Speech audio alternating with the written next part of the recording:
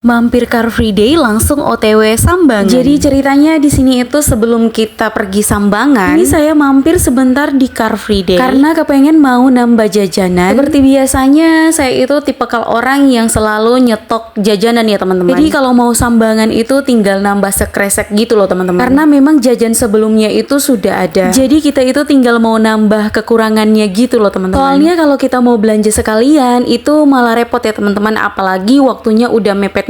Itu malah tambah pusing. Nah, di sini itu saya itu tipikal orang yang memang kalau ada waktu dan kesempatan itu sudah tak belanjain separuh biar nanti ketika ada suratnya itu tinggal saya centang-centang barang-barang yang sudah ready. Jadi saya tinggal melengkapin kekurangannya. Karena kita nggak bisa memprediksi ya teman-teman seberapa free sih waktu kita di keesokan harinya. Nah, singkat cerita di sini kita sudah di Dinasti dan di sini itu belanjanya itu cepet-cepetan ya teman-teman. Karena waktunya itu sudah menunjukkan pukul 8.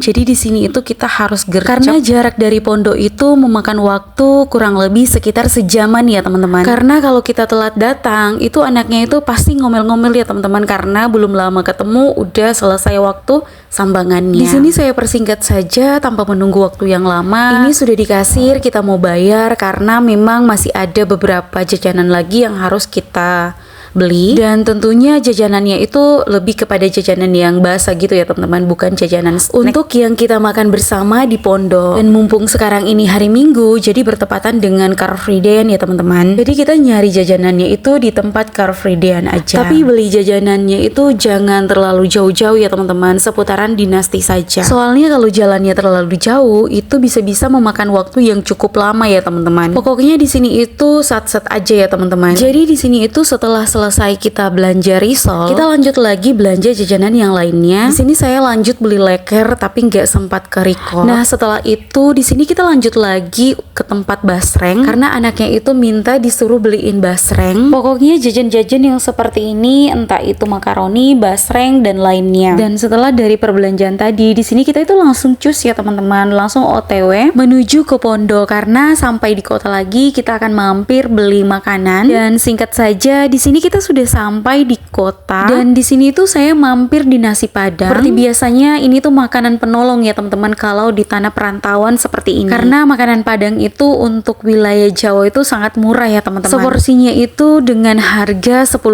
Nah, beda cerita kalau lauknya ikan ya teman-teman. Kalau kita itu makan nasi Padang dengan lauk ikan itu agak sedikit mahal ya teman-teman dibandingkan ayam. Kalau ayamnya 10.000, kalau ikannya itu pasti 15.000 atau 17.000 seporsinya. Dan kebetulan di dekat penjual nasi Padang itu ada penjual bakso. Kalau gitu kita mampir sebentar sekalian mau beli bakso. Dan beda cerita lagi ya teman-teman kalau bakso di sini itu seporsinya itu 7.000.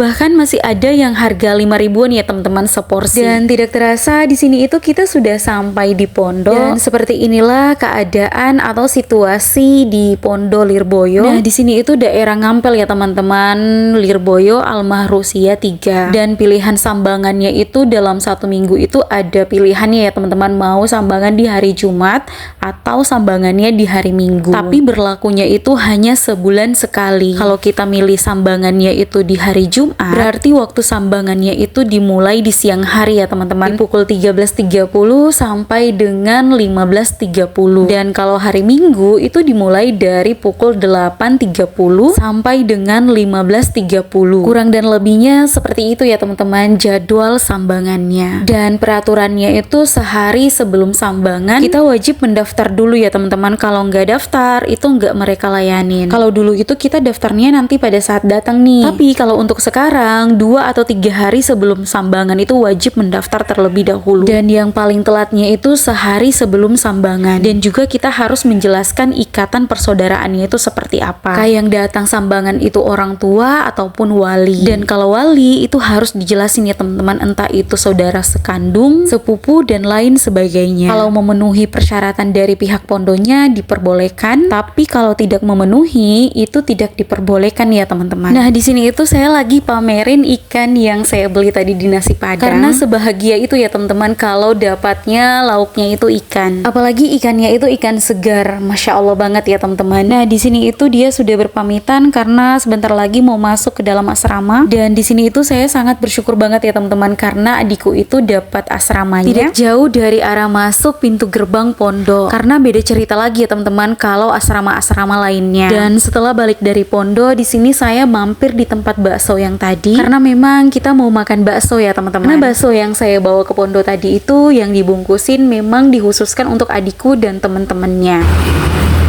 Ini yang